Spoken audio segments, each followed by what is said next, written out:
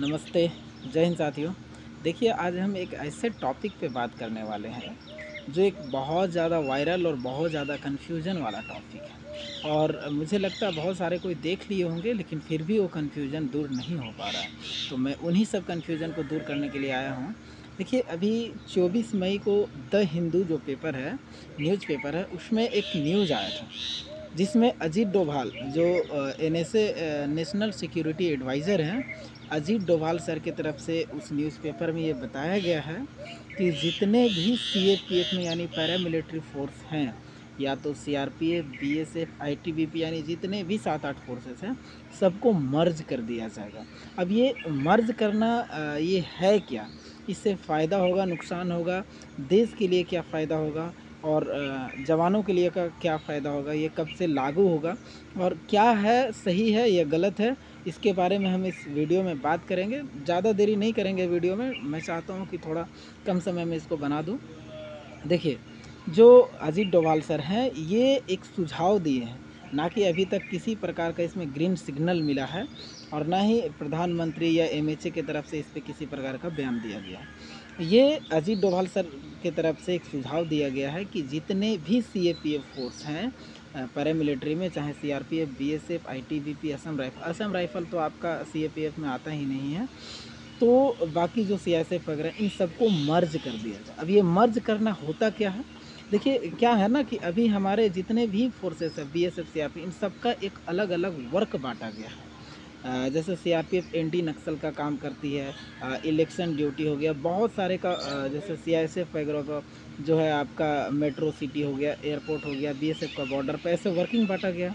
लेकिन अजीत डोभाल सर की तरफ से ये सुझाव दिया गया है कि इन सब को मर्ज कर दिया जाए। इट मीन्स अगर बीएसएफ बॉर्डर पे ड्यूटी कर रही है और किसी कारणवश शांति या युद्ध की स्थिति में अगर फोर्स का ज़रूरत पड़े, तो ज़रूरी नहीं है कि वहाँ बीएसएफ ही संभालेगी।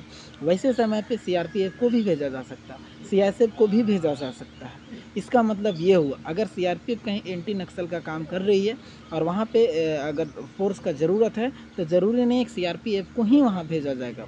उस समय सीएपीएफ के जितने भी पैरामिलिट्री का अदर फोर्स है, किन्हीं को भी वहाँ डिप्लॉयमेंट किया जाएगा। इसका मतलब ये हो गया, अगर सीआईएसएफ ड्यूटी कर रही है और वहाँ अगर किसी प्रकार का युद्ध का स्थिति बनता है या किसी प्रकार का फोर्स का ज़रूरत पड़ता है, तो वहाँ अदरवाइज कोई भी फोर्सेस को, चाहे बीएसएफ हो गया या सीआरपीएफ, किसी को भी भेजा जा सकता है। यानी जितने भी सीएपीएफ हमारे फोर्सेस हैं पैरामिलिट्री के, इन सब को उसी रूप में ट्रेंड किया जाएगा ताकि ये जो है, ये सभी काम को ये संभाल पाएँ। ठीक है ना? ये इनका मतलब हो गया है। और इन सबको, जितने भी फोर्सेस है, सबको एक मर्ज करके इनका नाम दिया जाएगा सीएपीएफ। ऑलरेडी सीएपीएफ है, लेकिन इनको सीएपीएफ के नाम से बुलाया जाएगा। हालांकि आपका जो भी बल है, उस बल का नाम इसमें ख़त्म नहीं होगा, आपका यही रहेगा। लेकिन इन सबको मर्ज करके और वर्क के हिसाब से, यानी ड्यूटी के हिसाब से इनको बांटा जाएगा, ताकि कहीं भी ज़रूरत पड़े तो ऐसा ना हो कि फोर्स की कमी। ठीक है ना? यूनिफॉर्म कभी-कभी सबका सेम ही कर दिया गया, थोड़ा-थोड़ा अंतर है। देख रहे होंगे कि सीआरपीएफ का न्यू यूनिफॉर्म है, न्यू पैटर्न का, बीएसएफ का, सबका करें। तो कहीं न कहीं इसका विचार मुझे लगता है पहले से चल रहा होगा। हालाँकि इसको कह पाना मुश्किल है, लेकिन अगर इतने बड़े पद के व्यक्ति अगर अजीत डोभाल सर इस बात को सुझाव देते हैं, तो कहीं न कहीं इसको आज न कल कभी अप्लाई ज़रूर किया जाएगा और ये देश के भलाई की बात है। देखिए, इसमें गलत नहीं है।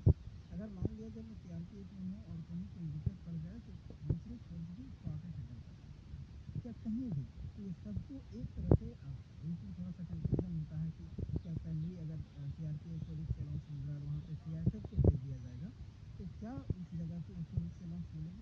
तो हालांकि इस पर अभी बोले ना कि इसको ग्रीन सिग्नल नहीं मिला, जब मिलेगा तो इसके बारे में विचार किया जाएगा। ठीक है ना?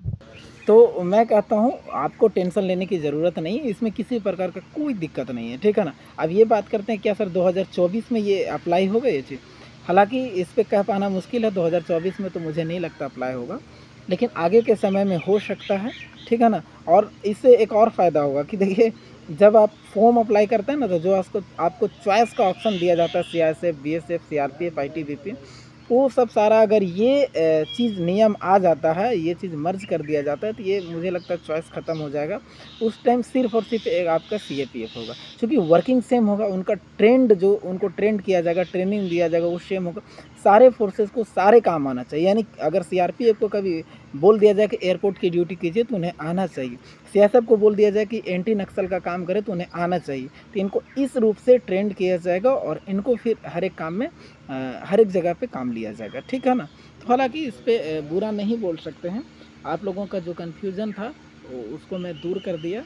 और देखिए ये कहाँ तक सही है, हालांकि ये मेरा दावा नहीं है, द हिंदू न्यूज़पेपर है, उसमें अजीत डोभाल सर की तरफ से ये बोला गया है, ठीक है ना। तो इसमें कन्फ्यूज़न नहीं करना, अपनी तैयारी में लगे रहिए।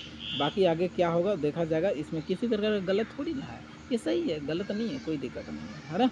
ना हमारा पेमेंट कम रहा, ना किसी तरह का हो रहा है। ये ज़रूरी होता है, मान लिया जाए युद्ध की स्थिति में कहीं फोर्स की कमी हो और वहाँ पे बोला जाए नहीं सीआरपीएफ ही जाएगा या बीएसएफ ही जाएगा, तो वैसे जगह पे समझिए कि हैंडल कर पाना मुश्किल होता है।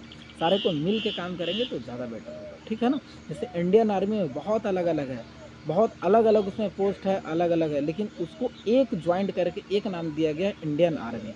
तो बस हम उसको इंडियन आर्मी के नाम से जानते हैं, कौन काम कर रहा है उसे मतलब नहीं, कुछ भी हो रहा है इंडियन आर्मी इधर। उसी तरह हमारे यहाँ अगर पैरामिलिट्री में कोई काम होता है कौन करेगा, सीएपीएफ करेगा। अब इसमें सीआरपीएफ करेगा, बीएसएफ करेगा, उससे मतलब नहीं है। अब ये कब से लागू होता है इसको अब देखा जाए कब होता है, तो इसमें टेंशन नहीं लेना, ठीक है ना। तो मैं आप लोगों को जानकारी दे दिया, उम्मीद करते हैं आप लोग समझ गए होंगे और ज़्यादा चिंता करने की ज़रूरत नहीं है, ठीक है ना। फिलहाल सिलेक्शन लीजिए और अपनी तैयारी को और मजबूत करें। जय हिंद।